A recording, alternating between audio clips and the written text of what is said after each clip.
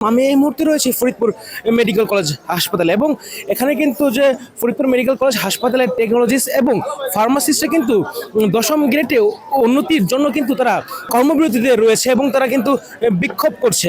আপনারা দেখতে পাচ্ছেন যে তারা কিন্তু যে স্লোগানের মাধ্যমে কিন্তু যেখানে তাদের বিক্ষোভ প্রকাশ করছে এবং হাতে ব্যানার ফেস্টুন নিয়ে কিন্তু তারা তাদের প্রতিবাদ জানাচ্ছে।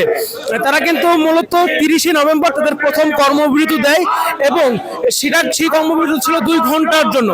পরে কিন্তু আজকে 3 তারিখ তারা অর্ধেক দিনের জন্য কিন্তু তারা কর্মবিরতি দিয়েছে এবং যে হুঁশিয়ারি দিচ্ছে ঊর্ধ্বতন কর্তৃপক্ষের কাছে যেন তাদের দাবি যেন দ্রুতই তারা মেনে নেয় এবং তাদের দাবি যদি দ্রুত তারা মেনে না নেয় অথবা কালকের থেকে তারা পুরো দিনের জন্য কিন্তু কর্মবিরতিতে যাবে।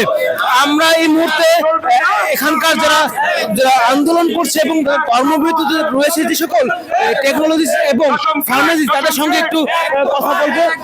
জি, আপনারা কিন্তু কর্মবিরতিতে রয়েছেন এবং আপনাদের যে দাবিগুলো রয়েছে সেই দাবিগুলো যদি আমাদের বলতেন। আমরা আমাদের ন্যায্য দাবি নিয়ে আমরা আজকে কর্মবিরতিতে অংশগ্রহণ করেছি।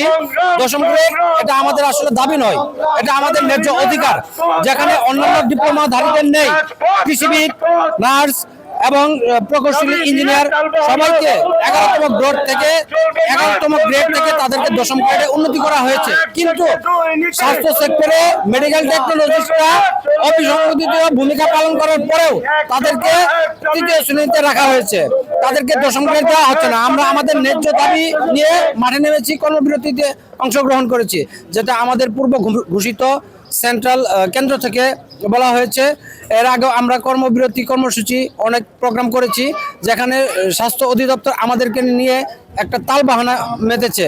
আমি বলবো আপনাদের মাধ্যমে তারা আমাদেরকে আমাদের ন্যায্য অধিকার ফিরিয়ে দিয়ে আমাদের মনোবল চাঙ্গা করে আমাদের কর্ম পরিবেশ তৈরি করে দেখ।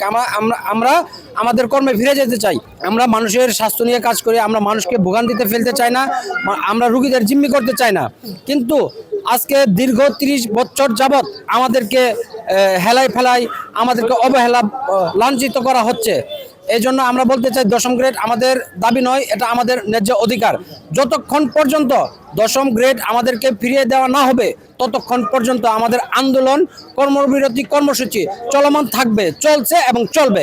দর্শক, আপনারা যেটা শুনছিলেন তারা কিন্তু কর্মবিরতিতে রয়েছে এবং তাদের দাবি কিন্তু একটি যে তাদেরকে যেন দ্রুত দশম গ্রেডে যেন উন্নতি করা হয়। এবং আপনাদেরকে আরও জানিয়ে রাখি যে শুধু ফরিদপুর নয়, দেশব্যাপী কিন্তু এমন কর্মসূচি কিন্তু চলমান রয়েছে এবং তারা কিন্তু তাদের কর্মবিরতি কিন্তু অব্যাহত রেখেছে।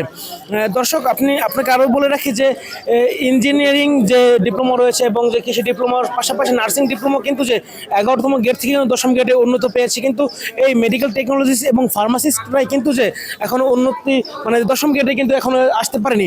আমরা এই সময় আরেকজন যে ফার্মাসিস্ট এবং টেকনোলজিস্টের সাথে কথা বলবো যে ফরিদপুর মেডিকেল কলেজ হাসপাতালে যে আপনাদের যে কর্মবিরতি চলছে ফলে কিন্তু চিকিৎসা সেবায় কিন্তু কিছুটা ফাটল পড়েছে। এই বিষয়ে আপনারা কতটা দুশ্চিন্তা বোধ করছেন এবং ঊর্ধ্বতন কর্মকর্তার কাছে আপনাদের কি দাবি থাকে মূলত? আচ্ছা, আমরা আসলে রোগীর ভোগান্তি কখনোই চাইনি এবং রোগীর ভোগান্তি না চেয়ে আমরা গত 31 বছর ধরে শান্তিপূর্ণ আন্দোলন করে আসছি। মন্ত্রণালয়, অধিদপ্তর ফাইল চালাচালি, ফাইল আবার ডাউন আপ হইতে হইতে আজকে 31টা বছর চলে গেছে। আমাদের দাবি মূলত একটা, আমরা দশম গ্রেড অতি দ্রুত অনতিবিলম্বে দশম গ্রেডের বাস্তবায়ন চাই। যদি আজকে সরকার আমাদের প্রতি সদয় না হয়, কালকে আমাদের কর্মসূচি আরও বেশি স্ট্রং এবং হার্ড। আমাদের কালকে লাগাতার শাটডাউনের কর্মবিরতি আছে এবং সারাদিনে রোগীরা আসবে, টেস্ট হবে না, প্যাথোলজি বন্ধ, রেডিওলজি বন্ধ, বিনামূল্যে যে ঔষধ সেবা ফার্মাসিস্ট ভাইরা করে থাকেন সেটা বন্ধ পাবেন। এবং রোগীদের ভোগান্তি যদি আমাদের প্রতি সরকার সদয় না হয়, রোগীদের ভোগান্তি দিন দিন বাড়তে থাকবে। আমরা চাই না কোনোভাবে সেটা হোক, আমরা রোগীদের ভোগান্তি চাই না, বারবার আমরা বলছি। আমরা শুধু চাই সরকার আমাদের দাবির প্রতি সদয় হোক, আমাদের একটা প্রজ্ঞাপন জারি করে দিক, আমরা মাঠ থেকে সরে আসবো ইনশাল্লাহ। ধন্যবাদ।